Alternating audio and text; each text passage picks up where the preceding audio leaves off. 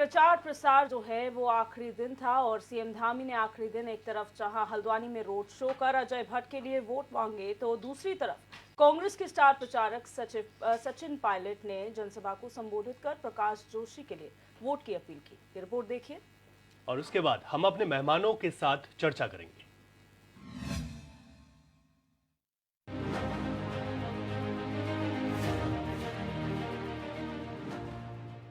लोकसभा चुनाव के पहले चरण में ही उत्तराखंड की 5 सीटों पर चुनाव है, लिहाजा चुनाव प्रचार थम गया है। चुनाव प्रचार थमने से पहले बीजेपी और कांग्रेस के दिग्गजों ने पूरी ताकत के साथ प्रचार कर वोटरों को अपने साथ लाने की कोशिश की। आखिरी दिन सीएम पुष्कर सिंह धामी ने नैनीताल लोकसभा क्षेत्र के हल्द्वानी में भव्य रोड शो किया, जिसमें हजारों की संख्या में पार्टी कार्यकर्ता और स्थानीय लोग शामिल हुए। मैं सभी से अपील करता हूं, विशेषकर से उत्तराखंड के हमारे सभी मतदाताओं से, नव मतदाताओं से, माताओं बहनों से, बुजुर्गों से, नौजवानों से कि ये लोकतंत्र का महापर्व है, महायज्ञ है। इस महायज्ञ में सभी को अपनी आहुति देनी है। सब लोग बढ़ चढ़कर मतदान में भाग लें और आपका एक एक वोट इस देश की दिशा और दशा को बदलने वाला है, देश का इतिहास बनाने वाला है। इसलिए प्रधानमंत्री जी ने पूरे 10 सालों तक एक एक पल और एक एक क्षण देश के लिए लगाया है। उत्तराखंड के लिए विशेष उन्होंने चिंता करी है। उत्तराखंड उनके हृदय में बसा है। उत्तराखंड से उनको एक अत्यधिक लगाव है। हर समय उनके स्मरण में उत्तराखंड रहता है। इसलिए अब हम सभी उत्तराखंड वासियों की बारी है, हम 100% यहाँ से मतदान करें और 100% वोटों से प्रधानमंत्री जी को तीसरी बार फिर से उनको प्रधानमंत्री बनाने के लिए अपना मत जरूर डालें। पूरा एकदम ऐतिहासिक होगा और ऐतिहासिक जीत विजय होगी इस पर। हल्द्वानी में आयोजित रोड शो में धाकड़ धामी जिंदाबाद के नारों की गूंज सुनाई दी। बैंड बाजों के साथ रोड शो में जय श्री राम, धामी जिंदाबाद के साथ ही अपने नेता पुष्कर धामी की एक झलक के लिए लोगों में अजब सा उत्साह दिखा। रोड शो में शामिल पार्टी की महिला कार्यकर्ताओं में भी भारी उत्साह दिखाई दिया। पूरे देश के अंदर एक ही बात है कि मोदी जी तीसरी बार प्रचंड बहुमत से देश के प्रधानमंत्री बनने वाले हैं। उत्तराखंड के अंदर भी 5 लोकसभा सीटें भारी बहुमत से जीतकर 400 पार का जो नारा है, वो 400 पार का नारा पूरा करने में उत्तराखंड की जनता सहयोग करेगी। भाइयों बहनों, मैं आपसे अपील करना चाहता हूं कि अपने बड़े बुजुर्गों से, नौजवानों से और विशेषकर से जो लोग पहली बार मतदान करने वाले हैं, मेरे ख्याल से जो कलाकार, हमारी बहनें, हमारी बेटियां यहाँ पर आई हैं, इनमें से बहुत सारी होंगी जो पहली बार मतदान कर रही होंगी। पहली बार ना, तो आप लोगों ने अगले 2 दिनों तक ये मेरी अपील और प्रधानमंत्री जी की अपील घर घर तक पहुंचानी है कि हर किसी को मतदान में जरूर भाग लेना है। चुनाव प्रचार के आखिरी वक्त में जहां सीएम धामी ने हल्द्वानी में भव्य रोड शो किया, तो दूसरी तरफ कांग्रेस के स्टार प्रचारक सचिन पायलट ने हल्द्वानी में ही चुनावी जनसभा को संबोधित किया, जिसमें उन्होंने बीजेपी पर आरोपों की झड़ी लगा दी। हल्द्वानी पहुंचे कांग्रेस के राष्ट्रीय महासचिव सचिन पायलट ने कहा कि आज जिस प्रकार से बीजेपी कांग्रेस मुक्त का नारा दे रही है और कांग्रेस को खत्म करने की बात कह रही है, साथ ही अब की बार 400 पार का नारा लगा रही है, लेकिन बीजेपी ने देश के लिए कुछ नहीं किया। उन्होंने कहा कि नैनीताल लोकसभा के सांसद रक्षा मंत्री रहे, लेकिन उन्होंने उत्तराखंड के लिए क्या किया। आक्रमण की राजनीति, प्रतिशोध की भावना की राजनीति, बदले की भावना की राजनीति। कांग्रेस पार्टी के खातों को अब बंद कर दें, मुख्यमंत्रियों को जेल में डाल दें, नेताओं की आवाज़ को दबाएं, विपक्ष को ख़त्म करने का काम करें, 150 सांसदों को निलंबित कर दें। ये सब इसलिए करते हैं क्योंकि लोगों को एक बहुमत का बहुत घमंड आ गया। मैं मानता हूं कि ये चुनाव निर्णायक होगा। आने वाले 5 साल में लोग चाहते हैं कि भाजपा से जवाब लें, और लोग आज बोल नहीं रहे, लेकिन जब मतदान होगा तो कांग्रेस के पक्ष मतदान होगा। और ये जो 300, 400, 500 की पार की बात करते हैं, अगर इतने मजबूत हैं तो फिर काहे को कांग्रेस पार्टी के नेताओं को तोड़ तोड़ के ले जा रहे हैं? अगर आपके खुद के उम्मीदवार इतने अच्छे हैं तो आप कांग्रेस को क्यों तोड़ना चाहते हैं? हल्द्वानी की सभा में सचिन पायलट ने कहा कि जब राजीव गांधी प्रधानमंत्री थे, तब भी उन्होंने कभी भाजपा मुक्त का नारा नहीं दिया, लेकिन बीजेपी कांग्रेस को मिटाने की बात कर रही है। उन्होंने कहा कि भ्रष्टाचार चरम सीमा पर है। पूरे भारत में मोदी केवल पूंजीपतियों का कर्ज माफ कर रहे हैं, गरीबों के लिए कुछ भी नहीं कर रहे। क्या ये सरकार सत्ता में रहने लायक है? वहीं उन्होंने कहा कि 19 तारीख को उत्तराखंड में जो मतदान हो रहा है, इस बार परिवर्तन का समय आ गया। मैं अपील करता हूं कि सभी लोग परिवर्तन करें। 10 साल में हर वर्ग को इन्होंने परेशान करने का काम किया और जज्बाती मुद्दों पर लाकर चुनाव को ले जाना चाहते हैं। हम लोगों ने जो आम नागरिक हैं, आम मतदाता है, उसको हम आग्रह कर रहे हैं कि कांग्रेस और इंडिया गठबंधन एक मजबूत चुनाव लड़ रहा है। एक बेहतर वैकल्पिक व्यवस्था हम लोग देना चाहते हैं। हर क्षेत्र में हम लोगों ने अपनी बात को रखा है। किसान, नौजवान, महिला, श्रमिक, सब लोगों को हम कुछ देना चाहते हैं। भारतीय जनता पार्टी बोलती है 2047 में हम देश विकसित करेंगे, लेकिन 10 साल से जो नाकामियां हैं वो सर चढ़कर आज बोल रही हैं और पहले चरण के मतदान में भारी बहुमत के साथ कांग्रेस पार्टी के सभी उम्मीदवार चुनाव जीतेंगे। फुल प्रूफ सिस्टम नहीं है, पटवारी पेपर लीक हो रहा है, SSSC भर्ती घोटाला हो रहा है, अग्निवीर योजना लागू हो गई जिसमें ना पेंशन है, ना मेडिकल फैसिलिटीज है, ना कैंटीन फैसिलिटीज हैं। 4 साल की नौकरी के बाद लड़का बेरोजगार हो जा रहा है। दूसरी तरफ जो लोग मेहनत करके एग्जाम दे रहे हैं, SSSC भर्ती घोटाला स्टेट में हो गया, इस स्टेट में पटवारी पेपर लीक हो गया, अंकिता भंडारी के संग इतना बड़ा जघन्य अपराध हो गया, 9 हिमालय राज्यों में हम महिला अपराध में पहले नंबर पे हैं। तो ये सारी चीजें ऐसी हैं जो नाराजगी के कारण है और लोग, खासकर नवयुवक और नवयुवतियां जो हमारी जो फर्स्ट टाइम वोटर्स हैं या जो हैं, वो लोग बहुत नाराज हैं। बीजेपी का हाल वह है कि जो सावन के अंधे का होता है, उनको क्योंकि लगातार 2 बार से 14 और 19 में लगातार बहुत अच्छा वोट परसेंटेज मिला, तो वो उस गलतफहमी में है। लेकिन वो ये भूल गए कि 10 साल के उनके कुशासन में देश की हालात खराब हुए हैं, हमारी इकोनॉमी खराब हुई है। उत्तराखंड में लोकसभा की 5 सीटें और 5 सीटों पर 2 चुनाव से बीजेपी की जीत हो रही है।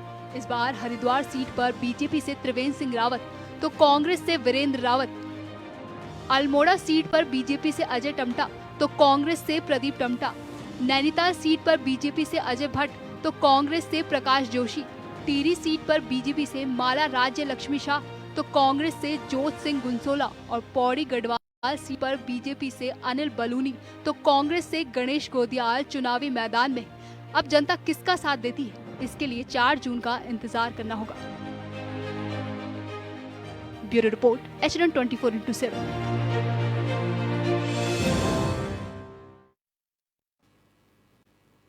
तो उत्तराखंड में पहले चरण का मतदान 19 अप्रैल को होना है और उसी के लिए आज चुनाव प्रचार का आखिरी दिन था, जहां पर तमाम राजनीतिक दलों के दिग्गजों ने अपनी चुनावी हुंकार भरी। जहां एक और मुख्यमंत्री पुष्कर सिंह धामी हल्द्वानी पहुंचे थे, तो वहीं कांग्रेस की तरफ से बतौर स्टार प्रचारक सचिन पायलट जो हैं चुनावी जनसभा को संबोधित करने हल्द्वानी पहुंचे थे।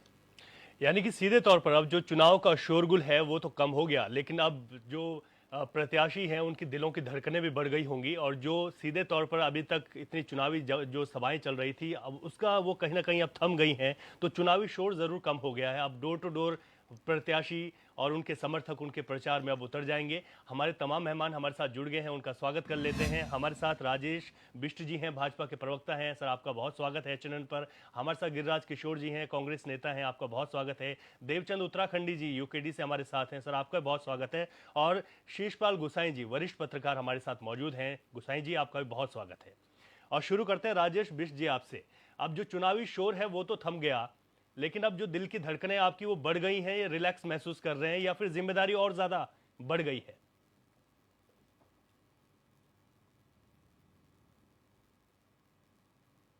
तो 140 करोड़ जो जनता है हमारे देश की, वो बहुत आदर करती है, सम्मान करती है और उतना ही स्नेह और प्यार भी करती है। मैं ये मान के चलता हूं कि पहले चरण में उत्तराखंड के अंदर जो ये चुनाव हो रहे हैं, इसमें भारतीय जनता पार्टी का जो प्रदर्शन है वो बहुत अच्छा होगा। लोग इस समय भारतीय जनता पार्टी के द्वारा जो पिछले 10 वर्षों के अंदर जो सफल कार्यकाल आदरणीय नरेंद्र मोदी जी के नेतृत्व में रहा है, उसमें कहीं ना कहीं इस देश को गति मिली है, हमारे उत्तराखंड को गति मिली है। और तमाम अगर आप फील्ड को अगर आप चेक करते हैं तो हर फील्ड में कहीं ना कहीं 10 वर्षों ने एक नए आयाम को छूने का काम किया। मैं ये समझ के चल रहा हूं, आज जो हमारा देश है, हमारा प्रदेश है, डबल इंजन की सरकार होने के साथ साथ जो पुष्कर सिंह धामी जी के द्वारा आदरणीय नरेंद्र मोदी जी के साथ जिस तरह का भी उन्होंने तालमेल बना के हमारे प्रदेश के लिए जो लाखों करोड़ की योजनाएं धरातल पे उतारने का काम किया है, चाहे वो हम एयर फील्ड की बात करें, रोड फील्ड की बात करें, या रेलवे फील्ड की बात करें, अमूमन हर फील्ड में इंफ्रास्ट्रक्चर को जो बढ़ाने का काम किया इस देश के अंदर, वो काबिल तारीफ है। और मैं उम्मीद करता हूं कि हमारे देश की जो जनता है वो नरेंद्र मोदी जी को तीसरा मौका देगी। और जो हम 400 प्लस का लक्ष्य लेकर चल रहे हैं, और जो हमारे पार्टी के कार्यकर्ता तमाम घरों पे जाके अपने पार्टी के द्वारा पिछले 10 वर्षों के कार्यकाल की बात करके उनके बीच में समीक्षा करके और उनसे निवेदन जो कर रहे हैं, काम के नाम पे वोट मांगने का जो काम कर रहे हैं, उसमें हम लोग निश्चित रूप से 400 प्लस जो सीटें जीतने का हमारा टारगेट है उसको जीत रहे हैं। और तीसरी बारी भावी प्रधानमंत्री बनके आदरणीय नरेंद्र मोदी जी दोबारा इस देश का नेतृत्व करेंगे, ऐसी मेरी उम्मीद है। अच्छा गिरिराज किशोर जी, कांग्रेस की अगर बात की जाए, यहाँ पर आज आखिरी दिन था प्रचार प्रसार का और बतौर स्टार प्रचारक सचिन पायलट यहाँ पहुंचे थे। किस तरीके से उनके दौरे को आप देखते हैं और डोर टू डोर कैंपेनिंग की क्या रणनीति आप लोगों की? समूची पार्टी भाई कांग्रेस साहब। पार्टी हमारी पूर्ण रूप से दिव्य दर्शनी जी आश्वस्त है। पार्टी को निश्चित रूप से उत्तराखंड की 5 सीटों में विजयसूरी प्राप्त होने वाली है। उसके पीछे मूल में कारण जो है, कांग्रेस पार्टी की नीयत बिल्कुल साफ उत्तराखंड के परिप्रेक्ष्य में है। उत्तराखंड का विकास हम चाहते हैं और उत्तराखंड के पर्वतीय क्षेत्र के लिए जो निश्चित रूप से जो योजनाएं होनी चाहिए, जिसकी इंप्लीमेंटेशन होनी चाहिए, जो आज तक महरूम है वो पर्वतीय क्षेत्र, निश्चित रूप से उसमें हम आगे बढ़ेंगे। हमारे 5 मेंबर ऑफ पार्लियामेंट्स इस समय सब जितने भी हमारे 5 पार्लियामेंट्स हैं, मेंबर ऑफ पार्लियामेंट्स जो प्रत्याशी इस समय है, अपने अपने क्षेत्रों में पॉकेट मीटिंग्स उन्होंने की हैं। लोगों के बीच में जाके उन्होंने कांग्रेस का जो मैनिफेस्टो है वो रखा है, कांग्रेस की नीति रखी है, कांग्रेस पार्टी क्या जनता के लिए करना चाहती है, आने वाला जो भविष्य है वो सुखद होने वाला है निश्चित रूप से। और यूथ इस समय हमारे साथ बहुत जुड़ा है। मैंने लगभग 5 पार्लियामेंट्री एरियाज को छुआ है दिव्य दर्शनी जी, और मैंने देखा है कि लोग निश्चित रूप से इस समय मन बना चुके हैं कि भाजपा के छल और छद्म की जो राजनीति भाजपा करती है उसके साथ इस समय खड़ा नहीं होना है। हम लोग 10 सालों से छले गए, 10 साल भाजपा ने हमें पूरी तरह से छला है। हमने जो मेंबर ऑफ पार्लियामेंट 10 के 10 भेजे, 5 के 5 जो मेंबर ऑफ पार्लियामेंट भेजे सबसे बड़ी पंचायत में, निश्चित रूप से उन्होंने डिबेट में पार्टिसिपेट नहीं किया। जनता पूर्ण रूप से समझ चुकी है कि आज भाजपा जो बोल रही है, और निश्चित रूप से सचिन पायलट जी आज हमारे स्टार प्रचारक जो आए थे उन्होंने बात रखी कि पूंजीपतियों की सरकार है। पूंजीपतियों के लिए इन्होंने निश्चित रूप से, चाहे अंबानी हो अडानी हो, इन्होंने जितने भी बड़े बड़े इंडस्ट्रियलिस्ट हैं उनके हजारों करोड़ रुपए माफ किए। और एक जो मिडिल क्लास जो मिडिल क्लास है हिंदुस्तान में और गरीबी रेखा में जो वास कर रहा है, वो निश्चित रूप से बहुत बुरी तरह से उसको बहुत बुरी तरह से समाप्ति की ओर ले जाने का इस भाजपा सरकार ने 10 सालों में काम किया। ठीक है, देवचंद उत्तराखंडी जी हैं, यूकेडी के नेता हैं, प्रवक्ता हैं। देवचंद उत्तराखंडी जी, क्योंकि आप लोग पहले से इस बात को कहते हुए आ रहे हैं कि आप एक क्षेत्रीय दल हैं, इतने बड़े साधन आपके पास नहीं थे कि आप इस तरीके की बड़ी रैलियां होती, लेकिन आप लोग शुरुआत से ही डोर टू डोर वाला काम कर रहे हैं। अब ये जो आखिरी वाला वक्त रह गया है, इसमें आप लोगों की क्या तैयारियां हैं?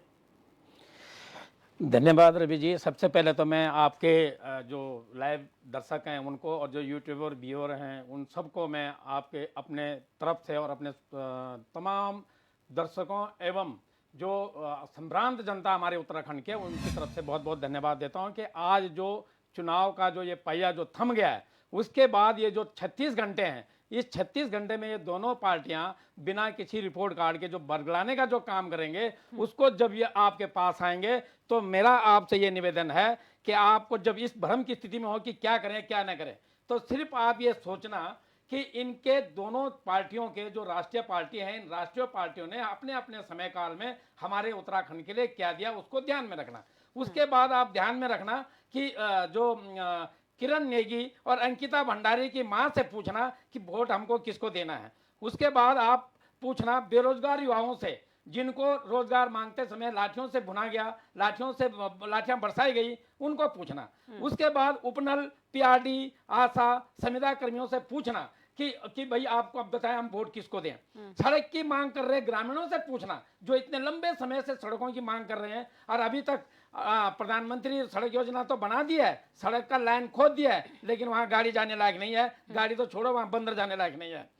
वो बिना शिक्षक वाले विद्यालयों के विद्यार्थियों से पूछना कि वोट किसको दिया जाए। सड़क पर लाठी खा रहे किसानों से भी पूछना, बदहाल स्वास्थ्य व्यवस्था से जूझ रहे लोगों से पूछना, सीमा पर तैनात अग्निवीरों से पूछना, मंदिर से सोना गायब होने वाले बाबा केदारनाथ के भक्तों से पूछना, नौकरी के लिए भटक रहे भारतीयों एवं उत्तराखंड के नौजवानों से पूछना, राम जन्मभूमि मंदिर का सपना देखने वाले शंकराचार्यों से पूछना, और जोशीमठ आपदा पीड़ितों के से जो पीड़ित हैं उनसे पूछना, और इन तमाम मुद्दों के साथ जो हमारे राज्य के राज्य स्तरीय मुद्दे हैं उनको ध्यान में रख करके आप निसंदेह निष्पक्ष वोट देना। मैं बिल्कुल नहीं बोल रहा हूं कि आप किसको देना या किसको देना। हमारे पास बरगलाने के लिए जुमले का कार्ड नहीं है और फालतू के जो ये मैनिफेस्टो इन्होंने बना दिए हैं वो नहीं है। हम तो बोल रहे हैं इन मुद्दों को याद करना, मनन करना, और इन 36 घंटों में जो भी आपके पास आएगा उसको ध्यान रखकर 19 तारीख को अवश्य वोट देने के लिए जाना, क्योंकि आपका अमूल्य वोट है और एक वोट से आपकी गलत सरकार को हटाया जा सकता है, अच्छी सरकार को बनाया जा सकता है, एक अच्छे उम्मीदवार को चुना जा सकता है। ठीक है सर, मैं एक चीज कहना चाहूंगा, ये जो लिखा हुआ आपने पढ़ा, ये आपने खुद लिखा है, कहीं आपने देखा है कि आपको अच्छा लगा?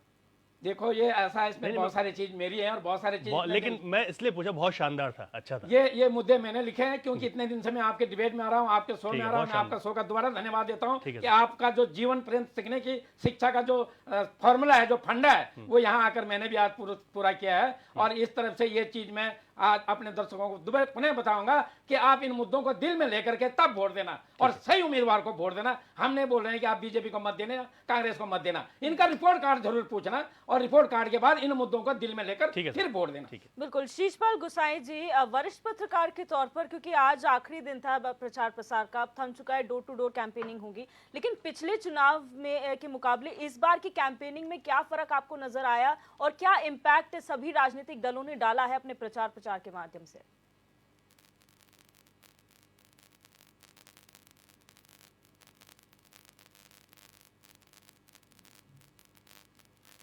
माफ कीजिएगा सर, आपके पास आएंगे दोबारा जी, आपके ऑडियो में कुछ प्रॉब्लम है। जिस तरीके से ये पूरा सिनारियो बना है रवि जी, जानने की बहुत उत्सुकता है, क्योंकि लगातार राजनीतिक दलों से सवाल जवाब होते रहे हैं। कोई मुद्दों पे बात करता है, कोई विकास पे बात करता है, और क्षेत्रीय मुद्दे तो अपने आप में है ही। तो क्या लगता है किस तरीके से ये चीजें आगे बढ़ रही हैं? निश्चित तौर पर दिव्या जी आपने सही कहा, और अब जिस तरीके से जब भी चुनावी प्रचार का जो शोर है जब वो थम जाता है तो उसके बाद अब डोर टू डोर कैंपेनिंग होती है, और यहाँ पर एक कोशिश रहेगी अब तब तमाम दलों की कि अब जो वादे किए थे या वादे पहले किए थे या आगे के लिए जो कर रहे हैं उनको आप जनता तक पहुंचाना है। यानी कि जितना भी जो पूरी ताकत थी वो पूरी ताकत जो है झोंक दी गई है।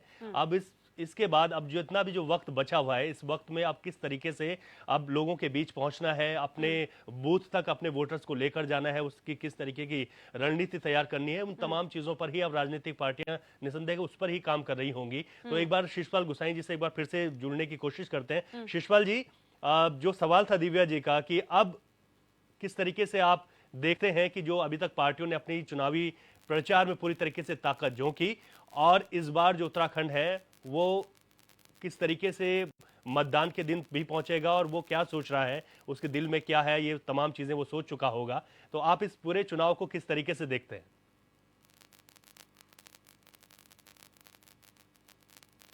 चलिए ठीक है, मुझे लगता है कुछ दिक्कतें आ रही हैं दिव्या जी, तो जी। यहाँ पर राजेश बिष्ट जी, ये जानना बहुत जरूरी है भारतीय जनता पार्टी के लिए खास तौर पर, क्योंकि ऐसा कोई पैतरा नहीं है, कोई तरीका नहीं है भारतीय जनता पार्टी ने जो छुआ नहीं होगा प्रचार प्रसार के लिए। आपने मेरा बूथ सबसे मजबूत से लेकर यहाँ पर जो है पोलिंग पार्टीज रवाना की हैं, आपने जागरूकता अभियान चलाए हैं, नए वोटर्स को जागरूक किया है। अब डोर टू डोर का क्या कैंपेनिंग आपका आगे रहने वाला है और क्या इम्पैक्ट आपको नजर आता है?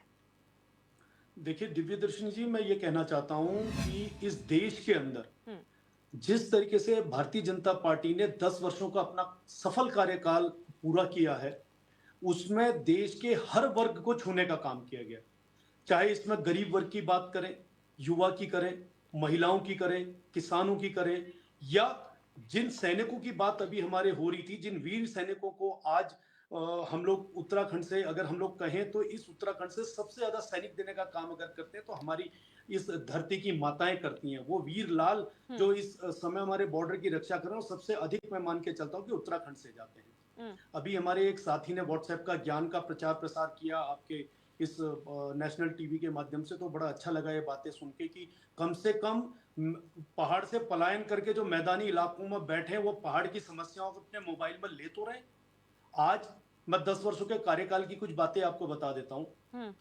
नरेंद्र मोदी जी ने इस देश में प्रधानमंत्री बनने के बाद सबसे पहले स्वच्छ भारत अभियान का काम शुरू किया। उन्होंने हर घर में शौचालय पहुंचाने का काम किया। और सिर्फ उत्तराखंड की जब हम बात करते हैं तो हमें दिखाई देता है कि कम से कम 5 लाख परिवारों को अगर शौचालय देने का काम किया है तो वो भारतीय जनता पार्टी के शासनकाल में। जब हम इस उत्तराखंड की बात करते हैं तो सभी प्रदेशवासियों को यह समझ आता है कि आज की तारीख में जब 12.5 लाख परिवार अगर पानी का नल का और हर घर जल हर घर नल योजना मिली है तो भारतीय जनता पार्टी के शासनकाल में मिली है। जब आज हम उत्तराखंड की बात करते हैं तो हमें दिखाई देता है कि 15 लाख से ऊपर परिवार आज भी भारतीय जनता पार्टी के द्वारा दिए गए मुफ्त राशन का इस्तेमाल कर रहे हैं और अपना भरण पोषण कर रहे हैं, जिन किसानों के पास आज भी आय की बड़ी कमी है। जब आज हम इस प्रदेश को देखते हैं तो हमें ऊर्जा प्रदेश बोलने में फक्र महसूस होता है कि पिछले 10 वर्षों के अंदर इस प्रदेश के पर्वतीय क्षेत्रों में हर घर के अंदर बिजली पहुंचने का काम किया गया है। नहीं तो आप पुराना कार्यकाल उठा के देखिए, अगर ये सारे काम जिनको हम सड़क से जोड़ने की बात कर रहे हैं, हर घर बिजली देने की बात कर रहे हैं, हर घर पानी देने की बात कर रहे हैं, हर घर शिक्षा देने की बात कर रहे हैं, हर घर रोजगार देने की बात कर रहे हैं, ये सारी योजनाएं गरीब परिवारों को कहीं ना कहीं किसी ना किसी तरीके से छू रही होती है। बात बैठ के मीडिया के माध्यम से प्रचार प्रसार व्हाट्सएप यूनिवर्सिटी से पढ़ा के बोल देना बहुत आसान काम होता है। अगर ये सारे काम भारतीय जनता पार्टी ने नहीं किए तो ये काम किसने किए, ये 10 वर्षों में प्रदेश का हर एक व्यक्ति समझ रहा है। आज जब हम किसी घर में जाते हैं और भारतीय जनता पार्टी की बात करते हैं तो हमारे कहने से पहले वहां के लोग, वहां के निवासी खुले मन से, प्रसन्नता के साथ और जिम्मेदारी के साथ बोलते हैं कि 19 तारीख का जो दिन होगा उस दिन कमल का बटन ही दबेगा। तो ये जो पांचों हमारी लोकसभा सीटें रही हैं, उन पांचों लोकसभा सीटों में 2014 में भी भारतीय जनता पार्टी ने बहुत अच्छे मार्जिन के साथ अपनी सीटें जीती थी। उसी प्रकार से 2019 का जो चुनाव रहा लोकसभा का, उसमें जो मार्जिन का प्रतिशत था, आप सब देखिए, पांचों सीटों को अगर आप उठा के देखते हैं तो 2.5 से 3.5 लाख वोटों के अंतर से हमने अपने जो पीछे प्रतिद्वंदी थे उन्हें हराने का काम किया। 65 वर्षों का जो कार्यकाल कांग्रेस पार्टी का इस देश ने देखा, उसमें उन्होंने हर एक नागरिक ने यह महसूस किया कि ये एक परिवार विशेष की पार्टी है, ठीक है, देश से कोई लेना देना ठीक है राजेश जी। और जो एक अन्य हमारी राजकीय पार्टी है जिसका अपना चुनाव चिन्ह भी नहीं बचा पाए, वो जिनका आज इस धरती में एक भी पार्षद और एक ग्राम प्रधान स्तर का कार्यकर्ता या अगर मैं कहूं कोई चुनाव प्रतिनिधि नहीं है, वो आज भारतीय जनता पार्टी पे दोष दे रहे। इस उत्तराखंड के आंदोलन के लिए, इस उत्तराखंड को अलग पृथक राज्य बनाने के लिए हर पार्टी ने, हर पार्टी के कार्यकर्ता ने, हर पार्टी के समर्थक ने सुबह सुबह प्रभात रैलियों को निकालने का काम किया। ठीक है राजेश जी, आगे चर्चा बढ़ाते हैं क्योंकि हमारे साथ वरिष्ठ पत्रकार शिषपाल गुसाई जी जुड़ गए हैं। गुसाई जी, आपसे सवाल ये था कि यहाँ पर क्योंकि 5 सीटें उत्तराखंड के भीतर हैं, अभी तक हमने देखा कि हालांकि धुआंधार प्रचार में भाजपा आगे दिखाई दे रही है क्योंकि कांग्रेस तो अपने 2 ही स्टार प्रचारक लेकर यहाँ पर आई। क्या इन सीटों पर समय के साथ साथ जब शुरुआत हुई, चुनाव में प्रत्याशी आए, उसके बाद चुनाव प्रचार शुरू हुआ, क्या कई जगह पर समीकरण बदलते हुए दिखाई देते हैं? और जिन 2 से 3 सीटों की बात करते हैं कि हॉट सीटें हैं, उन पर किस तरीके से सर आप देखते हैं? जी, पहले दिन से ही अभी अंतिम दिन तक पहला चुनाव है 2024 का लोकसभा चुनाव, जहां जो है व्हाट्सएप पे, यूट्यूब पे या टीवी पे या सोशल मीडिया पे ये चुनाव लड़ा जा रहा है।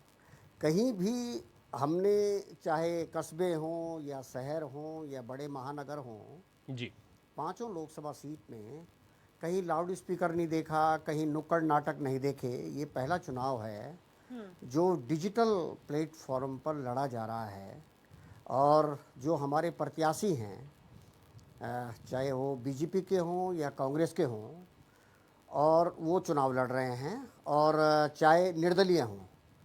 लेकिन एक बात और भी है कि ये चुनाव मुद्दों पर नहीं लड़ा जा रहा है। कहीं आपने देखा होगा कि बहुत सारी कष्ट हैं पहाड़ में, पर्वतीय क्षेत्र में। ये राज्य ही पर्वतीय क्षेत्रों को, कष्टों को दूर करने के लिए बना है। 1994 का आंदोलन देखा, अभी मैं उत्तराखंडी जी की बात सुन रहा था। इनकी सबसे बड़ी गलती ये थी कि इन्होंने 1996 का चुनाव नहीं लड़ा, जो हमारे पैनल में है अभी ये उत्तराखंडी जी। अच्छे मुद्दे हैं इनके। इंद्रमणि बडोनी जी टिहरी से और काशी सिंह ऐरी अल्मोड़ा से जीत सकते थे जी।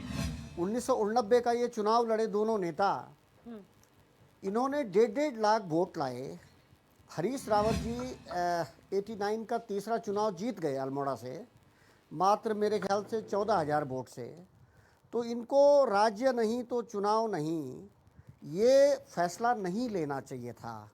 यदि इनके प्रतिनिधि आज संसद में होते तो एक इतिहास बनता इस पार्टी का। और हो सकता है कि जैसे तमिलनाडु में है या आंध्र प्रदेश में है या पश्चिम बंगाल में है या अन्य प्रदेशों में है, रीजनल पार्टी है, ये जल जंगल जमीन के मुद्दों को लेकर रहती। उत्तराखंड बनने के बाद भी इनकी पार्टी सत्ता में आई, मतलब कुछ कुछ सदस्य आए इनके, जैसे कि दिवाकर भट्ट जी आए तो उनको बीसी खंडूड़ी ने अपनी मिनिस्ट्री में ले लिया। उन्होंने भी कोई ऐसी फौज तैयार नहीं की या ऐसे संसाधन नहीं झोंके। 95 ब्लॉक है हमारे, और सबसे बड़ा रोना ये आता है कि उन्होंने अपने 5 साल काट दिए। उसके बाद प्रीतम सिंह जी बने। प्रीतम सिंह जी का भी समर्थन पहले विजय बहुगुणा जी को था, तब हरीश रावत को था। उन्होंने भी कोई ठोस काम यूकेडी को पनपाने के लिए नहीं किए, और यूकेडी बेचारी रोती रही और बीजेपी और कांग्रेस जो है चमकते रहे। ये यहाँ के सितारे रहे, यही हमारे भाग्य विधाता हैं। जैसे ये दिल्ली से कहेंगे वैसे ही हम करेंगे, हम तो करने वाले हैं। हम मतलब अर्थात मतलब यहाँ की पब्लिक जो हमारी, अब मैं देख रहा था कि 85 लाख के करीब मतदाता ही हो गए हैं, तो 1.25 करोड़ की हमारी आबादी हो गई है। तो जिसमें पर्वतीय क्षेत्र बहुत महत्वपूर्ण है। पर्वतीय क्षेत्र से ही ये मांग हुई थी हमारी कि ये राज्य अलग बनना चाहिए। तो ये चुनाव हमने देखे, खासकर हमने जो चुनाव देखे 2009 में यहाँ 5 सीट कांग्रेस की आई, 2014 में मोदी लहर शुरू हो गई। तो मोदी लहर में काफ़ी वोट हमने देखा। जो इंदिरा गांधी की हत्या हुई थी 1984 में, उसके बाद तत्काल चुनाव हुए तो राजीव जी ने बहुत प्रचंड बहुमत से लाई। तो वही परसेंटेज, उस परसेंटेज से भी ज़्यादा मोदी लहर में आया। बिल्कुल 71% वोट जो है बीजेपी को हरिद्वार से पड़ा। हरिद्वार हमारी सीट 1977 में थी, बनी, और देहरादून की सीट हमारी ख़त्म हो गई थी भौगोलिक रूप से। लेकिन आप मान के चलिए कि हमारी 1952 से अब तक जो है, जो हमारा अभी तो हम 2006 के डिलिमिटेशन पर लड़ रहे हैं चुनाव जी, वो भौगोलिक क्षेत्रफल में। तो जो ये चुनाव है तो ये मोदी वेव था, यही हम देख रहे हैं। जो ये दिल्ली वाले कहेंगे वही हमको करना पड़ेगा। अभी मैं कुछ गांव में गया था, मैंने कुछ रिपोर्ट भी ली, तो वहाँ पर काफ़ी असर है महिलाओं में। जैसे कि 2022 के विधानसभा चुनाव में हमने देखा, महिलाओं ने बड़ी संख्या में वोटिंग किया था। 44% मेरे ख्याल से उन्होंने बीजेपी को वोट दिया यहाँ के लोगों ने दोबारा। ठीक है सर। और कांग्रेस को 38% पड़ा। तो यही हालात है। कुछ कहीं राशन की चर्चा हो रही है, कहीं किसान निधि की चर्चा हो रही है, कहीं महिला कह रही है कि हमारा बेटा जो प्रदेश गया है, चंडीगढ़ या दिल्ली, ये बात है वहां पर कुछ स्तर पर कि हमारा बेटा गया, वो तो 500 रुपये नहीं देता है, इनका किसान निधि तो आ रहा है 1200 रुपये, या पेंशन आ रही। पेंशन तो खैर कांग्रेस के टाइम में भी थी, हरीश रावत ने भी निश्चित रूप से पेंशन बढ़ाई, तटस्थ वाली बात है। तो ये मेरा कंक्लूजन है। और जहाँ पर हमारे ये पैनल वाले बैठे हैं अभी कांग्रेस के, कांग्रेस ने भी बहुत बड़ी गलती की है। बहुत अच्छी तैयारी नहीं थी, जबकि इनके पास हीरे हैं, नेता है इनके पास। ये बड़े बड़े नेता पीछे क्यों हट गए? सवाल ये है गिरिराज जी, आपके पास। गिरिराज जी से याद पूछते हैं सर, चर्चा में आगे बढ़ते हैं। गिरिराज जी, यहाँ पर जो एनालिसिस दिया है, कहीं ना कहीं सटीक एनालिसिस इसलिए हो सकता है क्योंकि एक तरफा नहीं था। इसमें कहीं ना कहीं जो शिफ्ट आ रहा है या फिर मिला जुला असर देखने को मिल रहा है, उसका एनालिसिस दिया है। सही बात है कि कहीं ना कहीं बीजेपी के कंपैरिजन में मुख्य विपक्षी दल होने के नाते कांग्रेस उतना प्रभाव नहीं दिखा पा रही है, जहां तक पहाड़ के मुद्दों की बात है। अगर दिल्ली से चलने वाली बात जो अभी शीशपाल जी ने कही। देखिए दिव्यदर्शनी जी, आप इस समय जो उत्तराखंड में चुनावी जो अपना सिनारियो है, आपने एक चीज नोट की होगी कि भाजपा के स्टार प्रचारक निश्चित रूप से बोला जा रहा है, लगभग कल वाली डिबेट में, परसों वाली डिबेट में ये सारी चीजें रिपीट हो रही हैं, लेकिन निश्चित रूप से उनके स्टार प्रचारक जो है, चाहे नरेंद्र मोदी प्रधानमंत्री हों देश के हमारे, उनका आना हो, चाहे अमित शाह जी का, गृह मंत्री जी का आना हो, राजनाथ सिंह जी का आना हो, स्मृति ईरानी जी का आना हो, लगभग टॉप जो लीडरशिप है भाजपा की, उसकी प्रेजेंस यहाँ पे हुई उत्तराखंड में। तो निश्चित रूप से क्यों उत्तराखंड में उनकी प्रेजेंस हुई है, वो कहीं ना कहीं उनको जमीन खिसकती हुई नजर आ रही है। और हमारी तरफ से अगर बोला जा रहा है, प्रियंका जी आई हैं और सचिन पायलट हमारे स्टार प्रचारक के रूप में दोनों महासचिव आए पार्टी के, तो निश्चित रूप से वो उन लोगों की जो प्रेजेंस थी वो सच्चाई परोसने का उन्होंने काम किया है। और आज उत्तराखंड की जनता ये समझ चुकी है। प्रैक्टिकली मैं आपके बीच में एक बात रखना चाहूँगा, मैंने बताया कि मैंने छुई है 5 की 5 संसदीय क्षेत्र जो है उनमें जाना मेरा हुआ है, कुछ पॉकेट्स में मेरा जाना हुआ है, और निश्चित रूप से मुझे लगा है और जनता के बीच में जाके निश्चित रूप से जनता समझ चुकी है कि ये जुमलेबाजों की फौज है भाजपा, ये छल और छद्म की राजनीति करती है। और निश्चित रूप से आज हमारे प्रवक्ता जी अभी बिश जी बोल रहे थे, आप राशन की बात करते हैं, आप 80 करोड़ लोगों को राशन की बात करते हैं, उत्तराखंड में भी उसमें लोग शामिल हैं, लेकिन वो राशन की आप स्थिति देखोगे प्रैक्टिकली, अगर उसकी आप अगर जाके वाकई आप जाके लोगों से मिलके अगर उस राशन के बारे में पूछते हैं तो फफूंद लगा हुआ राशन इनका मिलता है लोगों को। और निश्चित रूप से मैं जो बात बार बार रखता हूं कि कांग्रेस के काल में मिट्टी का तेल और साथ में चीनी भी हम प्रोवाइड करते थे। अगर कंपैरिजन आप कहीं करते हैं कि गरीब की सोच और एक मिडिल क्लास जो है, फैमिली जो है, उसके बारे में अगर सोच कोई रखता है तो निश्चित रूप से कांग्रेस की जो नीति है और जो वाकई नीति निर्धारण का काम जो किया है पूर्व में सरकारों ने कांग्रेस की, वो निश्चित रूप से इस हिसाब से किया है कि गरीब कहीं ना कहीं पूर्ण रूप से गरीब के लिए योजनाएं बनाई गई हैं और गरीब निश्चित रूप से उसको महसूस करें उन योजनाओं को, वो इम्प्लीमेंटेशन उसका जमीन पे हो, धरातल पे हो। और हम लोग जो है उत्तराखंड, अगर हमने राज्य मांगा, ये बार बार जो बात हम कर रहे हैं, हमारे जितने भी इस समय पॉकेट मीटिंग्स हुई हैं, सारे जितने भी मेंबर ऑफ पार्लियामेंट्स अगर लोगों के बीच में गए हैं तो निश्चित रूप से एक थीम लेके गए हैं, एक जो है एक नियत उनकी साफ, उनकी झलक उसमें नजर आई कि उत्तराखंड राज्य जो हमने मांगा था, निश्चित रूप से पर्वतीय क्षेत्र जो सुदूर ग्रामीण क्षेत्र में निश्चित रूप से जो एक ग्रामीण बैठा हुआ है, जो आखिरी पायदान पे बैठा हुआ है, गरीब ग्रामीण है, उस तक विकास पहुंचे। और विकास का जो रूप हो वो हेल्थ फैसिलिटीज उसको जो बिल्कुल नहीं मिल पा रही है मैडम।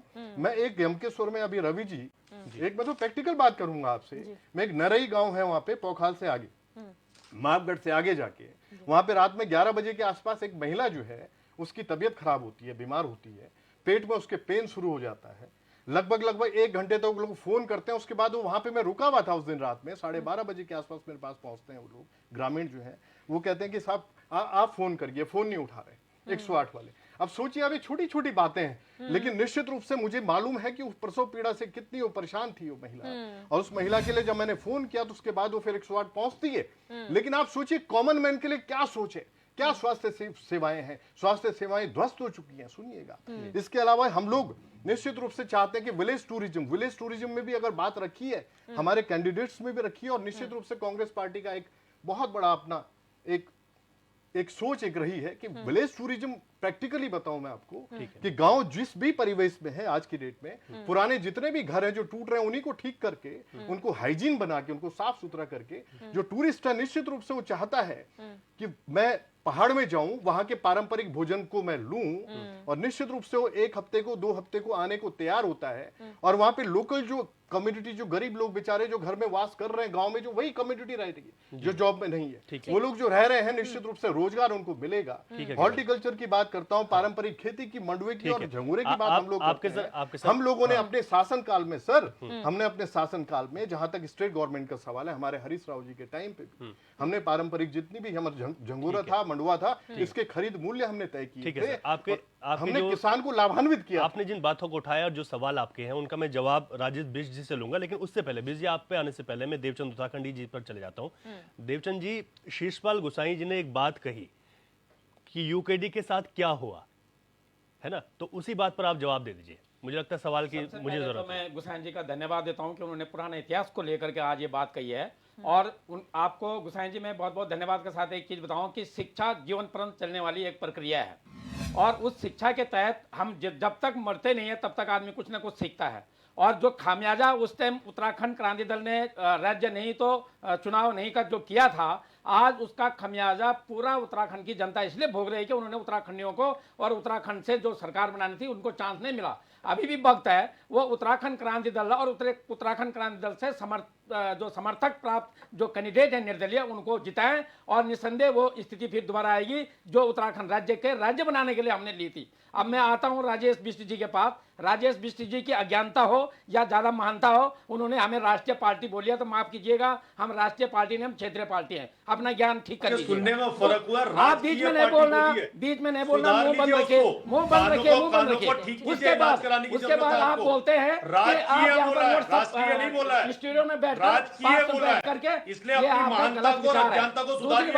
आपका जो सोच है वो सिर्फ शौचालय तक है, आपकी सोच सिर्फ शौचालय तक। और वो भी मैं बता दूं कि आपने कितना पैसा दिया, आपको मालूम है कितना पैसा मिलता है शौचालय के लिए? वो भी आपको पता नहीं है। 20,000 रुपये मिलता है, 20,000 रुपया, और 20,000 रुपये में ईंट भी नहीं आती है और फिर लोग अपना बनाते हैं। उसका विकास को आप अपने पीठ थपथपाते हैं। अरे भाजपाइयों क्या हो गया आपको? रील पढ़ते हो यहाँ पे और रील पढ़कर बताते हो कागज से पढ़ करके, और ग्राउंड में आओ। अगर स्वच्छता अभियान चलाते हैं तो चलो मेरे पास अभी। और यहाँ पर जो शांति विहार में जो नाला बह रहा है उसमें कितनी गंदगी है, बड़ा स्वच्छता अभियान चलाते हो। मैदानी इलाके की बात मत बताइए, धरातल पे आओ, धरातल पे, पहाड़ की गाते और रहते जमीन में। और यहाँ पर जो डिबेट होती है इलाकों से बात करते हैं पहाड़ के विकास की, कि ये ऐसे विकास होगा पहाड़ का। ये विडंबना है, एक मिनट आप दोनों को रोकना चाहोगे।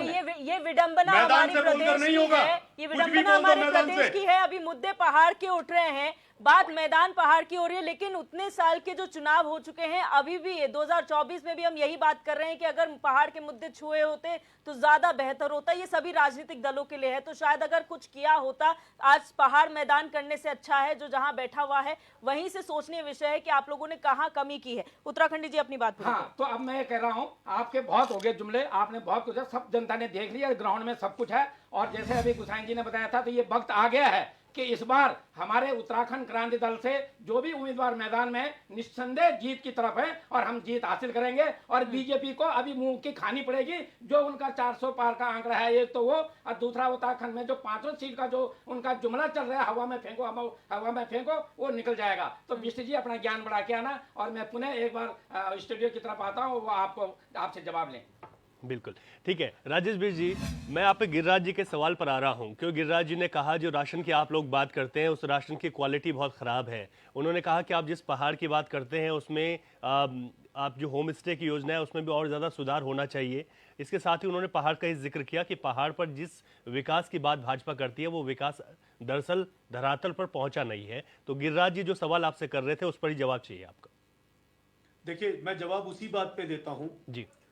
2002 से 2007 में कांग्रेस की सरकार इस प्रदेश के अंदर थी और उसी प्रकार से 2004 में केंद्र में भी कांग्रेस की सरकार थी। 10 वर्ष का समय डबल इंजन की सरकार इस उत्तराखंड को कांग्रेस सरकार के द्वारा भी मिली। क्या उस समय जो योजनाएं आज प्रदेश के लोगों के लिए या देश के लोगों के लिए चल रही हैं इस देश के अंदर, क्या उस समय थी ये योजनाएं?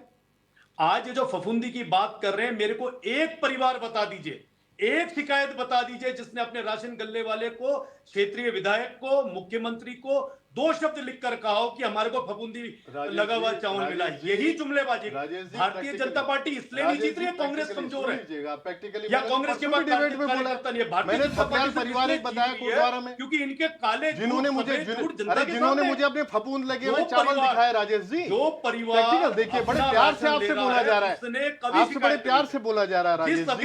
वो फफूंद लगे हुए चावल मैंने देखे प्रैक्टिकली, मैं तो प्रैक्टिकली बात करता हूँ राजेश जी। मैं कभी भी बात वो नहीं रखता हूँ कि सुनी सुनाई बात राजेश जी, घर में पानी सुनी सुनाई बात नहीं कर रहा हूँ राजेश जी। और इसके अलावा सुन लीजिएगा, जिस घर में आपने 2002 और 7 की बात की, हमारे घर पे 2000 सुनिएगा राजेश जी, 2002 और 7 के बीच में पंडित नारायण दत्त तिवारी जी मुख्यमंत्री थे। अगर उत्तराखंड में इंफ्रास्ट्रक्चर अगर आया, अगर उत्तराखंड में इंफ्रास्ट्रक्चर किसी ने दिया तो पंडित नारायण दत्त तिवारी जी ने दिया। इस बात को कैसे भूल रहे हैं राजेश जी? 10% अधिक सिर्फ इसलिए मिल रहा है क्योंकि उनके द्वारा जो एक प्रगतिशील कार्य इस देश के अंदर चल रहे हैं। अगर मैं एक बात आपको सड़कों की कहूं, जिस तरह से इस देश के अंदर सड़कों का नेटवर्क फैला हुआ है, 1,47,000 किलोमीटर सड़कें इस देश के अंदर 10 वर्षों में बनी हुई हैं। तो कांग्रेस के घर के अंदर या परिवार के शहजादे के अंदर नहीं बनी हुई है, उस कोठी के अंदर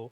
और तो इस समय के जो सर समीकरण है, खासतौर पर 2 सीटों का जिक्र होता है, आज चुनाव प्रचार थम गया, फिर पौड़ी और टिहरी की बात जरूर करेंगे। इन 2 सीटों पर सर जिस तरीके की त्रिकोणीय मुकाबले की बात अगर टिहरी सीट पर की जाए, पौड़ी सीट पर ये कहा जा रहा है कि वहां पर फाइट बहुत अच्छी है, तो इसको आप किस तरीके से देखते हैं सर? जहाँ तक आपने विशेष रूप से पौड़ी गढ़वाल सीट बोलते हैं उसे, जी गढ़वाल सीट, वहाँ के पहले सांसद हमारे भक्त दर्शन जी हुए, महान स्वतंत्रता संग्राम सेनानी थे, वो 4 बार सांसद रहे गढ़वाल सीट से। जी आपने जिक्र किया कि वहाँ पर बहुत अच्छा जो आजकल टेलीफोनिक हो रहा है लोगों में प्रचार का और बातचीत का, वहाँ पर बहुत अच्छा खेल रहे हैं, वो बहुत अच्छा लड़ रहे हैं वो जो कांग्रेस के कैंडिडेट हैं। अगर इनके पास, गिरिराज जी है ना पैनल में, जी जी गिरिराज जी की पार्टी के पास अगर गोदियाल जी जैसे और लोग यहाँ थे, वो और लोग क्यों नहीं लड़े? ऐन वक्त पर पीछे हो गए। कोई अपने बेटे को लड़ा रहा है, कोई कुछ कर रहा है, कोई कह रहा है कि इसको टिकट मत दो बॉबी पंवार को। एक बड़े कैबिनेट मंत्री का ऐतराज़ था, दे देते बॉबी पवार को, बहुत अच्छा लग रहा है। हर कार्यालय में चर्चा हो रही है बॉबी पवार की। वो न जीते पर एक समीकरण तो उन्होंने बना दिया है, समीकरण बना दिया है। शायद यूकेडी का भी उनको समर्थन है टिहरी सीट पे। जी बिल्कुल है। यूकेडी। तो कहने का मतलब मेरा ये है कि गोदियाल बहुत अच्छा खेल रहा है, बहुत अच्छा लड़ रहे हैं वो चुनाव। और मुझे ये लगता है कि कांग्रेस पार्टी टहरी पर उतना अच्छा नहीं कर पा रही है, जबकि वो निष्ठावान कांग्रेसी हैं जोत सिंह गुनसोला, और मूल रूप से प्रताप नगर के हैं, मसूरी में रहते हैं, 2 बार के विधायक हैं। लेकिन ये तमाम चीज़ें होती हैं चुनाव में, संसाधन भी देखे जाते हैं। और जहाँ तक ये इनका टिहरी सीट में बीजेपी का सवाल है, तो ये पूरी तरह से मोदी जी पर आश्रित है, योगी जी पर आश्रित है। योगी जी आए थे अभी, उन्होंने भी भावनात्मक किया कि मैं भी मानवेंद्र शाह जी को मिला हूँ। वो 5 बार यूपी में गोरखपुर से सांसद बनकर चीफ मिनिस्टर बने, और ये उत्तराखंड के लिए बड़ी गौरव की बात भी थी। और मानवेंद्र शाह जैसे 3 बार कांग्रेस में रहे, 91 से वो 2004 तक, 2004 के चुनाव तक, 2007 में उनका देहांत हुआ। तो योगी जी ने उसको भी छूने का, यहाँ पे जो एक रेस कोर्स में मैदान है वो छुआ उन्होंने वहाँ पे, कि मैं मानवेंद्र शाह को मिलता रहता था, चूँकि वो 5 बार सांसद हैं। तो भाजपा के पास क्या नाम कहते हैं उसका नाम, बहुत बड़ी फौज है, ये बहुत बड़ी फौज है। और कांग्रेस को अन्य चीज़ में जो ये फुफुंदी पर है, भाई फुफुंदी का तो 44% हमने देख लिया है 2022 के चुनाव में। अब उनको कुछ अलग रणनीति अपनानी पड़ेगी इनको, गिरिराज जी को। ये राजेश बिष्ट जी का जो है ये है, फुफुंदी है, मैं मानता हूँ, पर लेकिन इनको कुछ आगे भी करना पड़ेगा ताकि मतदाता प्रभावित हों और पूरी तरह से हों। और ऐसा नहीं है कि काफ़ी संरचनात्मक विकास, जैसे कि अभी बात आई थी सिडकुल की स्थापना, 18,000 कंपनियों को लाने का श्रेय पंडित नारायण दत्त तिवारी को है। ये इतिहास की बातें हैं, ये कोई बात है नहीं। ये 2002 से हुआ, मनमोहन सिंह या वाजपेयी साहब ने स्पेशल पैकेज दिया। वाजपेयी साहब की भी बहुत बड़ी कृपा रही है ना, बड़ी कृपा रही उनकी, और उन्हीं के टाइम पर ये दिया गया। कांग्रेस विपक्ष में थी, उत्तरांचल राज्य बना, फिर बाद में उत्तराखंड हुआ। हमको भूलना नहीं चाहिए कि जो हमारा संरचनात्मक विकास है वो एनडी तिवारी ने करवाया, और उनके बराबर विकास पुरुष तो अभी कोई हुआ ही नहीं है। हालांकि उनकी कुछ काफ़ी लोग कुछ गलत बात भी बोलते हैं, लेकिन उनको बात नहीं है, बात यहाँ विकास की हो रही है। और इनको कांग्रेस को बहुत सोचना पड़ेगा अभी। अच्छा शीशपाल जी, इससे पहले मैं फाइनल कमेंट की ओर जाएं, आपसे एक सवाल है, ये जो मैनिफेस्टोज है, क्योंकि आपने कहा कि जो अभी तक सुन लिया है उससे आगे बढ़िए। अभी जो मैनिफेस्टोज जितनी भी पार्टी के हुए हैं, आपको लगता है कि सभी पार्टी ने आगे सोचा है, पुराना कुछ भी नहीं कंटिन्यू किया है? और ये जो मुफ्त की रेवड़ियां हैं जिसे कहा जाता है, या फ्रीबीज कहा जाता है, उससे कितना इम्पैक्ट जनता पे पड़ता है वोटिंग के टाइम? ये मुफ्त की है रेवड़ियाँ, ये आप बताते हैं कि देखिए अभी वहाँ शिवराज जी ने किया, वो किया, उनके लिए नहीं किया वो, तभी तो वो सत्ता में आए। और ये तेलंगाना से चला मैम, ये ट्रेंड, ये तेलंगाना वाले जो टीआरएस वाले थे उन्होंने ये मुफ्त का किया, फिर इन्होंने भी अपना लिया 2019 में, और ये पूरा मिल रहा है। 14 तारीख को आ रहा है, 3 किलो, 5 सदस्य हैं, वो काम काज नहीं कर रहे हैं। बंदर तो जरूर है पहाड़ पे, पर्वतीय राज्य, हम भी वहीं से नाता रखते हैं, तो आप भी रखते हैं कुमाऊं के पर्वतीय अंचल से। लेकिन मैं ये कह रहा हूं कि इनको स्ट्रेटजी बदलनी पड़ेगी। और जो है मैनिफेस्टो, एक तो बहुत लेट आया मैम, आप चुनाव की घोषणा हो गई बहुत पहले कांग्रेस ला रही है, तब बीजेपी ला रही है। मैनिफेस्टो पे तो खैर इनका रिपीट का होता है जी। लेकिन कांग्रेस का मैनिफेस्टो भी ठीक ठाक हमें लगा, और बीजेपी का तो है ही, ये 370 वाली बात थी तो उन्होंने हटा भी दिया, और राम मंदिर वाला मामला था। लेकिन पर्वतीय अंचल के लोगों को एक तो मुफ्त की राशन खाने की आदत पड़ गई है, कोई खेती नहीं कर रहा है, और जो थोड़ा बहुत खेती कर रहा है वो बंदर के आतंक वहां पर है ना, बंदर भालू वगैरह के हैं, बाघ लग गए हैं। तो एक तो ये मुफ्त राशन का है, इसने कुछ पर्वतीय अंचल के लोगों को कुछ थोड़ा निठल्ला टाइप का बना दिया है। लेकिन इनके पास विजन है ना, इनके पास विजन है, ये लागू कर रहे हैं, और इनके पास अनुशासन है। जिसको ये टिकट देते हैं कोई मतलब ही नहीं, कोई बोल दे, कांग्रेस वाले या ये आ जाते हैं, सड़क में आ जाते हैं, अनुशासन की भी तो देखता है। अच्छा, दूसरी बात ये है कि अगर ये इतने बड़े मजबूत होते तो ये तोड़ क्यों रहे हैं? एक सवाल ये भी आया था इस डिबेट में। जी एक तोड़ क्यों रहे हैं आप? किसी का बड़ा मकान है, उसको बोल रहे हैं आप ले आइए, है ना? आप देखते होंगे राजू भंडारी का मामला देखिए, राजू भंडारी को ये मंच में नहीं ला रहे हैं, क्यों नहीं ला रहे हैं भाई? है ना? एक मात्र विधायक थे। तो तमाम चीजें हैं। ठीक है तो सर। भाजपा आज प्रचार में बहुत आगे है और उनके पास मुद्दे हैं, उनके पास रेल लाइनें हैं, उनके पास एनएच की ठीक है सड़कें सर, हैं, ठीक है। और उनके पास सबसे बड़ी बात है कि प्रचार तंत्र बहुत बढ़िया है। ठीक है शिषपाल जी, आगे बढ़ते हैं क्योंकि फाइनल कमेंट लेंगे। अब समय जो है फाइनल कमेंट की ओर है। राजेश बिष्ट जी, अभी क्योंकि इसमें यही बात हुई, अब आप लोग क्योंकि अब डोर टू डोर प्रचार तो चलेगा ही, और ऐसे में आपकी उपलब्धियां भी और किस तरीके से कांग्रेस ने भी काम किया, वो तमाम चीजों का जिक्र शिषपाल गुसाइन जी कर रहे थे। तो अब आप लोगों का आगे क्या रणनीति है? देखिए, रणनीति बिल्कुल साफ है। चुनाव प्रचार आज थम चुका है और देश की जनता ने तय कर लिया है कि 10 वर्षों का जो नरेंद्र मोदी जी का सफल कार्यकाल रहा है, ये आगे 2047 के विजन को टच करते हुए बहुत लंबा चलने वाला है। लोग 400 प्लस का जो हम लोगों ने टारगेट बनाया कि हम लोग 400 प्लस हम लोग इस बार सीटों को लाएंगे, वो निश्चित रूप से जीतेंगे। नरेंद्र मोदी जी ने जो विजन देखा है, चाहे रेल लाइन का देखा है, सड़क मार्गों का देखा है, वायु मार्गों का देखा है, और उत्तराखंड के प्रति जो उनका विशेष लगाव रहा है, और जब जब उत्तराखंड में जिन जिन आवश्यकताओं की हम लोगों को जरूरत पड़ी है, उन्होंने निश्चित रूप से उन सभी आवश्यकताओं को समय समय पे पूरा करने का काम किया। और 2047 तक जिस तरह से इस देश को अग्रणीय देश बनाने की उनका एक मकसद है, उस मकसद पे वो पूर्णतः भारतीय जनता पार्टी भी पूरा करेगी, और उनको प्रधानमंत्री बना के इस देश में उनको 2024 का हम एक तोहफा भी देने की कोशिश करें। और ये तमाम मुद्दे जो जनता को छू रहे हैं, वो मुद्दे कहीं ना कहीं जनता के हित के लिए है। 140 करोड़ जनता भारतीय जनता पार्टी को पसंद करती है, और जो भी वोट प्रतिशत रहेगा पिछले से बहुत बेहतर रहेगा, ये मेरा मानना है। ठीक है सर। गिरिराज जी, आपका फाइनल कमेंट। हमारे रवि जी जितने भी कार्यकर्ता हैं, वो डोर टू डोर अपनी कंपनी की एक सच्चाई रखने का वो कार्य कर रहे हैं कि अपनी तरफ से जो कांग्रेस का जो मैनिफेस्टो है, या कांग्रेस जिस नीति पे निश्चित रूप से उत्तराखंड के लिए जो प्रोग्राम बना के जो आगे चल रही है, जो विजन जो कांग्रेस का है, उसको डोर टू डोर जाके लोगों के बीच में रखना। अभी मेरे साथी जो हमारे राजेश जी हैं, वो बात रख रहे थे 47 की।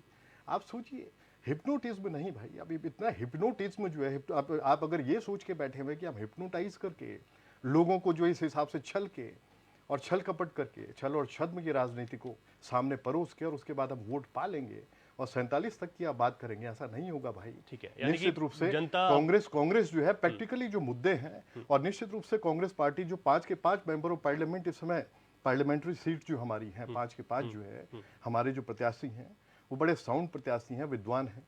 वो निश्चित रूप से जब डिबेट में पार्टिसिपेट करेंगे, कैलिबर है उनमें, तो निश्चित रूप से हमारे जितना भी जो कांग्रेस का जो एक सोच जो कांग्रेस की रही है पर्वतीय सुदूर ग्रामीण क्षेत्र के लिए, वो निश्चित रूप से उसमें सफलता हमें मिलेगी। 5 के 5 हमारे मेंबर ऑफ पार्लियामेंट जाएंगे, और सरकार हम लोग बना रहे हैं। ठीक है सर। 47 की बात कर रहे हैं, देवचंद जी, ऐसा कहीं नहीं। देवचंद जी, लास्ट कमेंट। जी सर, ऐसा है, सबसे पहले तो मैं राजेश बिष्ट को बता दूं कि उन्होंने जितने बार में बिल्कुल 5 सांसदों के बारे में कुछ नहीं बोला, बार बार मोदी जी मोदी जी मोदी जी। अब बता दो, मोदी जी नागालैंड बोलते नागालैंड मेरा है, वो बोलते उत्तराखंड मेरा है, बनारस भी मेरा है, और इस शब्द से उनको चुनौती भी मिला है। मैंने बोला राजेश जी बात मत करो, बीच में बात सुन लो, और मैं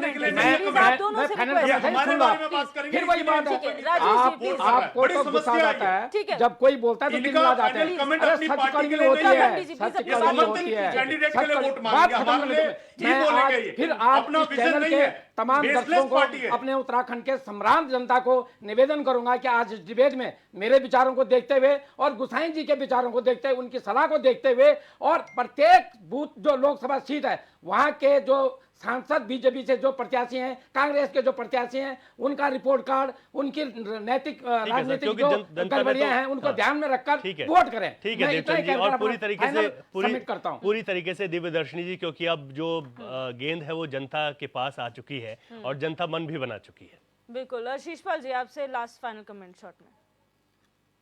जी, मैं तो यही कहूँगा कि मतलब जो है चुनाव प्रचार अब है, हम लोगों को इस थोड़ा देवभूमि की थोड़ा ये रक्षा भी करनी पड़ेगी लोकतांत्रिक ढंग से, और दोनों या तीनों पार्टी जो भी हों, ये सबसे बड़ा हमने इसका स्वाभिमान बचाना है। और जो हमारा ये टूरिज्म है, ये टूरिज्म हमारा बढ़े और हमारी इज्जत जो है पूरे राष्ट्र में हो। भले भले हमारा जो है यहाँ पर 5 सीटें हैं और 5 सीटें भी बहुत होती हैं। कभी कभी हमने अगर इतिहास देखा हो 1952 से ये 2024 का चुनाव चल रहा है, वो हमने तमाम चुनाव देखे हैं या पुराने चुनाव के बारे में हमने पढ़ा है। जी जी तो काफ़ी दौर आए, कई बार कांग्रेस टूटी, कई बार कांग्रेस बनी और कई बार चुनाव चिन्ह चेंज हुए, लेकिन ये देश और प्रदेश खड़ा रहा। तो यही मैं ये कह रहा हूँ कि हमारे जो हैं ये जो मतलब ये प्रतिस्पर्धा की जो हमारी भावनाएं हैं जो ये देखी जा रही हैं, बहुत कट्टरता नहीं होगी और ये पूरी तरह से हमें एक लोकतांत्रिक पूरा प्रदेश ये बनाना होगा। ठीक है सर, बहुत बहुत शुक्रिया। और सभी मेहमानों का हम शुक्रिया करेंगे। राजेश बिष्ट जी, गिरिराज किशोर जी, शिशपाल गोसाई जी, देवचंद उत्तराखंडी जी, आप सबका बहुत बहुत शुक्रिया जुड़ने के लिए। बिल्कुल, और जिस तरीके से पूरा माहौल बन रहा है, अब जो प्रचार प्रसार जनसभाओं के रूप में हुआ, रोड शो के रूप में हुआ, उसका आज आखिरी दिन था। 5 बजे के बाद सभी थम चुका है। अब बारी है जनता के बीच डोर टू डोर जाने की। देखना होगा कि किसका इम्पैक्ट डोर टू डोर ज्यादा पड़ता है। और महापर्व है तो सभी से यही अपील रहेगी एचएनएन की तरफ से कि आप बढ़ चढ़कर इस पर वोट दें और अपनी वोटिंग हिस्सेदारी और ज्यादा बढ़ाएं। हम दोनों को यहाँ पर इजाजत दीजिए। क्वेश्चन राउंड में बस इतना ही। अब देखते रहिए एचएनएन 24/7, जुनून सच दिखाने का।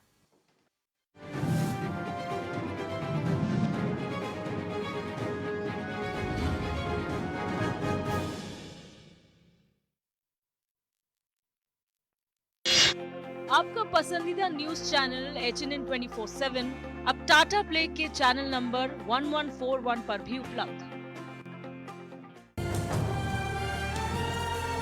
ये पहाड़ ही नहीं, हमारी पहचान भी है। एचएनएन 24/7, जुनून सच दिखाने का।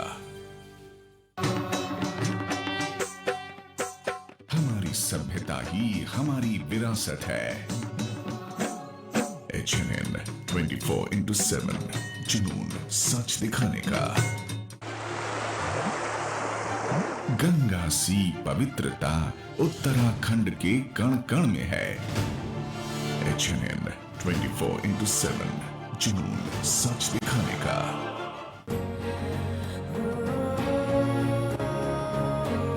उग रहा है उम्मीद का नया